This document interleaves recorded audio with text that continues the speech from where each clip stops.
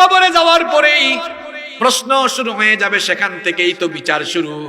রবকে তোমার, দিন কি তোমার, রাসূল তোমার কে? ফেরেশতা আসিয়া যখন জিজ্ঞাসা করিবে। প্রশ্ন কয়টা? আরো জোরে বলেন কয়টা?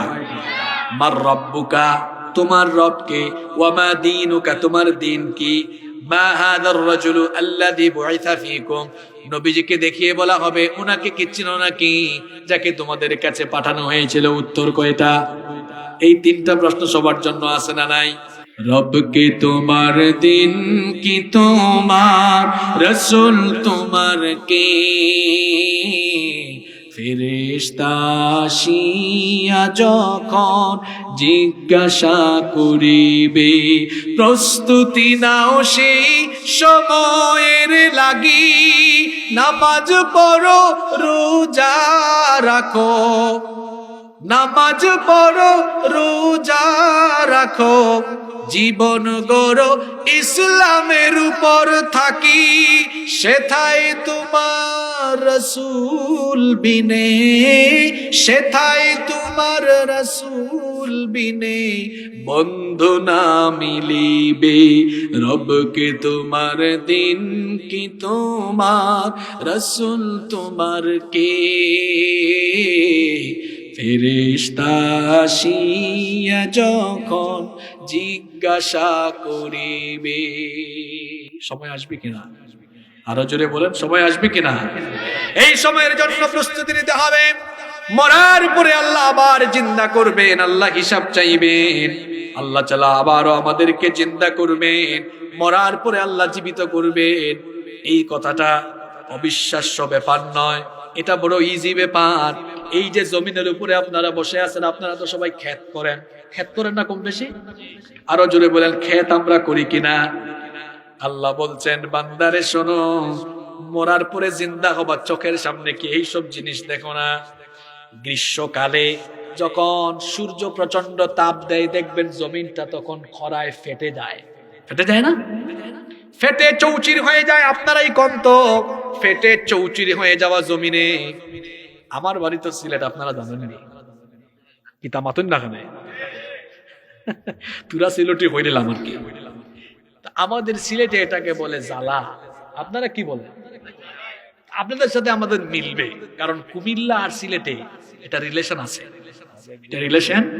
আর আগে তো আমরা এক জায়গাতেই ছিলাম, ঘুরাই ফেরাই আমরা হল এখানে, ঠিক আছে? আচ্ছা, তাহলে আপনারা জ্বালা বলেন না? আচ্ছা, এবার আমার কথা শোনেন। এই যে গ্রীষ্মকালে জমিন চৌচির হয়ে যাওয়া, ফেটে যাওয়া জমিনে কেউ যদি জ্বালা ফালায়, যে জ্বালা থেকে যেটা হয় এটাকে আপনারা কি বলেন? ধানের চালা। ও, এটাও মিলছে, আমরাও আলি বলি, আলি। আমরা সিলেটে বলি আলি সেরা যাও, বা আলি সেরা গিয়ে দেখি আও কিলা হালত। মানে আলি ছাড়ায়, অর্থাৎ যেখানে আলি লাগাইছে সেই জমিনে মাঝে মাঝে যাও গিয়া দেখো গরু ছাগল খায় কেনা। এটাকে সিলেটি ভাষায় বলে কিতা হয়েছে, আলি সেরাত মাঝে মাঝে যাইও গিয়া হাল হোক কি দেখি আইও। ওকে, তাহলে গ্রীষ্মকালে জমিন ফেটে যাওয়া, চৌচির হয়ে যাওয়া জমিনে কেউ যদি জ্বালা ছিটায় দেয়, তারে আপনারা ভালো মানুষ বলবেন না পাগল বলবেন? কারণ ফাটা এই জমিন, চৌচির হয়ে যাওয়া জমিন, এখানে কি জ্বালা ফালাইলে জ্বালা হবে?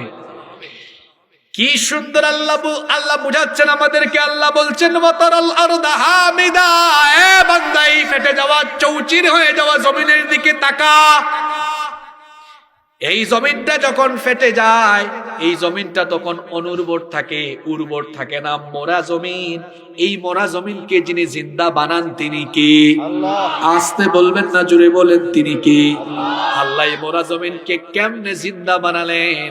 আল্লাহ তাআলা আসমান থেকে বৃষ্টি নাজিল করেন, বৃষ্টি যিনি নাজিল করেন তিনি কে? আল্লাহ। এই বৃষ্টিটা কিভাবে উৎপন্ন হয়? আল্লাহ অন্য আয়াতে বলেছেন, আল্লাহুল الذي يرسل الرياح فتثير سحابا فيبسطه في السماء كيف يشاء। আল্লাহ বলছেন তিনি ওই সত্তা এই যে বৃষ্টি, বৃষ্টিটা আসমান থেকে নাজিল হয়, এই বৃষ্টি যিনি প্রক্রিয়াজাত করেন তিনি কে? আল্লাহ। আরো জোরে বলেন তিনি কে? এই বৃষ্টি আল্লাহ কিভাবে উৎপন্ন করলেন?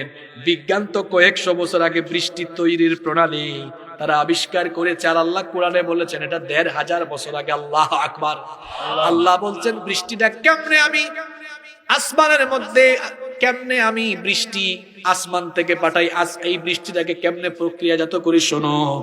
আমি মহাসমুদ্র থেকে সাগর মহাসাগরের বুদবুদ গুলোকে সাগর মহাসাগর থেকে বাষ্পাকারে পানি উত্থিত করে আমি আসমানের মধ্যে উঠাই, তারপরে সেগুলোকে মেঘমালায় পুঞ্জীবিত করি, তারপরে সেই মেঘের টুকরাগুলোকে বিক্ষিপ্ত ভাবে আমি ছড়িয়ে দেই।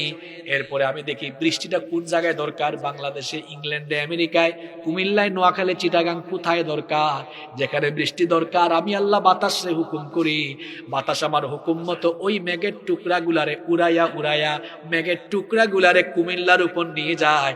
আমার ভাইবেন না আপনাদের কুমিল্লার নাম কোরআন শরীফে আছে, এটা বোঝানোর জন্য বলতেছি।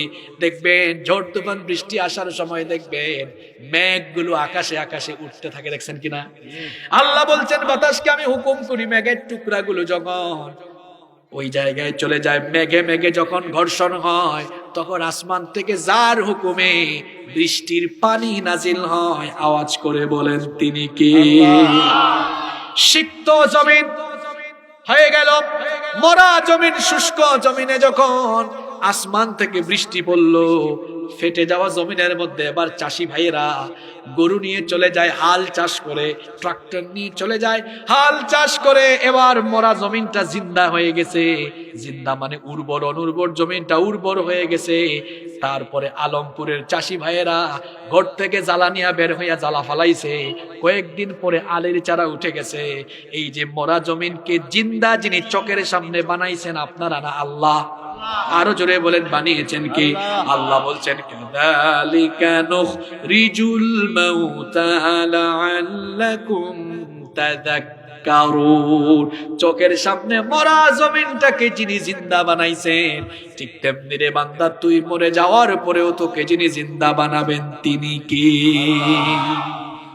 সুতরাং মরার পরে আল্লাহ জিন্দা করবেন, আল্লাহ হিসাব চাইবেন, বিচার করবেন। তাহলে দুনিয়াতে থাকা অবস্থায় আল্লাহর গুলামির প্রতি নিজেদেরকে ধাবিত করে দেওয়ার দরকার আছে না নাই?